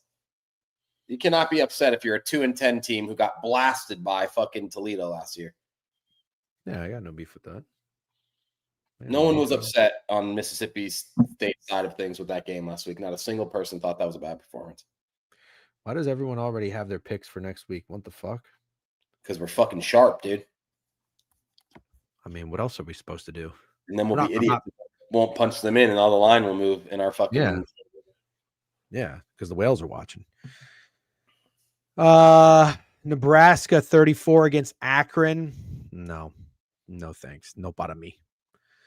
No para me. Hard. Michigan State and BC. BC just put up like 60. Michigan State didn't look that great. Giving you the hook here with Boston College. I kind of like Michigan State. I'm not betting Michigan State. No shot. Nope. 3 up to 4. Sharps like them too. 48.5 down to 46. All right. Interesting. I do lean Michigan State there. Virginia Tech. Here's your game. Steak. Here's your game. You ready to put up or shut up? Or are you a little nervous about that spread? Virginia Tech -1. Not nervous. I'm not nervous. I don't like Childs either at all. I don't like Michigan State there, by the way. I think I lean BC. Okay. I am absolutely already on Virginia Tech. Diego Pavia is a fucking TikTok superstar podcaster at this point. At this point last year, he was a cool underdog story. He's not that anymore. Virginia Tech, pretty fucking bad showing against South Carolina. Everything that could go wrong did go wrong. Punt return for a touchdown. Running backs dropping wide open fucking passes on 3rd down. Everything that could go wrong for Virginia Tech went that wrong, but I'll say it. Dynamic ass quarterback who's like number 2 on the Heisman odds. I thought the defense looked pretty damn good for Virginia Tech. And I think they'll have a much easier time against Diego Pavia. And I really, really like Virginia Tech. Okay. See what Prime said, right? Yeah, it's fair. It's fair, McKiffin. I think I might go Oregon State team total under. I like Oklahoma State to play loose in that game. Right? Oregon, yeah, sorry. I like Oregon team total under. Okay. I'm with you on Vatek, I think. I'll probably tell you on that. Auburn's 42 against Ball State. We got LSU at home against La Tech. We're not gonna get involved in any of those, I assume. Here's the game to talk about, brother. Yeah. Michigan at Oklahoma. By the way, what the fuck is up with Prime being an Oklahoma State fan all of a sudden? I thought this guy was an Oklahoma guy. Well, he goes to Oklahoma State, right? Oh, I have no idea. I don't know what's up with that kid. Oklahoma's 4.5 up to 5.5. I saw this line. See, this is where I don't know if I can, where you can trust for the line openers. I mean, I'm making these videos. I got people bitching at me left and right. I'm just going off of what I see here. I saw the line at 2.5 a week ago, the look ahead line. Now the line is 4.5 open, according to Wager Talk. It's been bet up to 6. Sharps are hammering Oklahoma. And I'm wondering why. So I was listening to the Cover 3 podcast for the reactions. I listened to a couple other people talk about the reactions from week 1. People like Mateer. They say he looked really good. I don't know, man. I like Michigan here, but I feel like am I getting fucking duped? You like Oklahoma. You think that's a lot of respect, and I agree. I think it's a lot of respect, dude, but don't say I like Oklahoma because it's actually not true. Okay. And the reason is I don't fuck with Brent Venables, and I think this is the exact kind of game I can't get with Brent Venables with. Like, no thank you. No fucking thank you, dude. Brent Venables -5.5 against Michigan. I cannot get behind it, dude. And I'm not a Mateer guy. I'll go ahead and say it. I'm not a Mateer guy. I'm not. Okay. I think he's overrated. Okay. I mean, I think that's more than fair. It's going to be hard for me not to be on Michigan, but that's a huge guy. I got Oklahoma under their win total and Michigan over their win total. I might as well just stay off. Let's go for a few more here. USC minus 28 against Georgia Southern. They just put up 73 points, total 62. Looks a little light. Alabama, big bounce back spot here for Ty Simpson. He should make your list on that tweet for bounce backs. Alabama against Louisiana Monroe. That'll be pretty obvious. Them and Texas. Anything in either of those games? Yeah, give me Georgia Southern. Yeah, that's spanked by Fresno, dude. USC just puts up 73. Give me Georgia Southern. A little bit of get right, a little bit of competitive football. Keep it within a couple scores for a while. I'll take Georgia Southern. Okay, I don't hate that one bit. And I think anybody who plays Louisiana Monroe actually, I think, has balls. But we'll see. Okay, here we go. Steak UCLA 2.5-point favorites on the road against UNLV. UNLV is off to a 2-0 start. We hit them on Sam Houston State. That was a great wager. That's right. Patting ourselves on the backs. Get fucked. UCLA minus 1.5 up to 2.5. 55.5 down to 55. What you thinking? Well, I have a question for you, and I have a question for the chat. Okay. I like UNLV to win the Mountain West, and I want to place it. I don't know if this game matters for me, but I actually like the scare they had against Idaho State. And normally no one would give a shit about that game, but it was literally the only game on, and it was week 0. So a lot more people were tuned in than normally would be. And there's all the jokes about Alex Orji, who is the backup quarterback at this point. Calandria is the starter. And in my opinion, he looks good. Thomas, the running back, looks really good. Already has 4 touchdowns and 200 yards. And they got a fucking solid-ass receiver. I like UNLV, and I don't like San Jose State. That's obvious. They lost outright to Central Michigan. And I don't like Boise. So I want to take UNLV to win the conference, but I don't know that this game matters. And then again, I'm wondering, like, is it just because it's UCLA? I guess I'm wondering how UCLA could be a minus 2.5-point favorite in this game. Yeah, that's concerning, right? Weird, right? A little bit. Probably wins Mountain West. Boise and SJS are ass. Yeah. But he's asking, does this game matter? Like, could they lose this game and still do it? Probably. Nico versus non-P4 teams looks good. Yeah, I mean, Good like, point. And then I already tweeted this last, like, if Nico's going to have a get-right game, This probably is it. against. Yeah. I'm nervous, man. I'm nervous. I don't like UNLV here. I think you should stay out of it. I'll stay out of it, but I am placing that ticket today. Sure. That's fair. All right, a couple more games, and we'll shut it down. Great timing. Great job, everybody. Thanks for hanging with us, as always. Tulsa on the road against Mexico State. I don't know shit about this game. Do you? Nah, nothing left to talk about, in my opinion, except if you wanted to talk about shitty-ass Ben Gulbranson and Stanford playing BYU or Sam Houston, Hawaii at midnight. I mean, how does BYU not skullfuck Stanford? How? I don't know. Even though I think everyone's going to say that, I don't know how they don't. I really don't know how they don't. Honestly, I don't even want to overthink that one, if I'm being completely honest with you. I would probably take BYU. Yeah, I don't know how to overthink the under either. I don't know. I don't see Stanford scoring much at night game in fucking Provo and against BYU's defense. Like BYU would fade Stanford's offense at some point. And then what about Hawaii coming back? They just got shellacked. Now they're coming back to playing Sam Houston State. Far trip for Sam Houston State. Hawaii's got some miles on them. Obviously, they always do every single year, but it'll be an interesting spot there. You're getting the hook with Sam Houston. Any interest? I don't put money on Phil Longo. Never will. Okay. Never will, dude. All right. Ladies and gentlemen, that was the board review. An hour and 51 minutes. I'm going to tell you what I like real quick. Indiana minus 36.5. Baylor plus 3. Liberty minus 6.5. Illinois minus 3. Get fucked, Mensa. No, nothing personal. He might be a nice kid. I don't know. Syracuse minus 7. I'm an Angeli guy. I'll go down with that ship. Mississippi State, Kentucky under. Sounds like Steak and I collab on that one. UF first half or the game over. I kind of see that playing out like how we saw Tennessee, Syracuse. And South Alabama plus 10. That's what I like so far. Steak, I know you probably didn't write anything down on a big board because you don't have one behind you. But as of right now, what would you say some of your favorite plays are? I only can say confidently that 2 plays are locked in: Indiana and Virginia Tech. Oh, yeah. Yep. Bot Tech. Okay. All right. Good stuff. Steak, you're heading to Philly tomorrow. Safe travels. Get some good content in Philly. Angelo's my favorite cheesesteak. You know, you've been to Philly 100 fucking times. I'm going to Angelo, so I've actually never been there.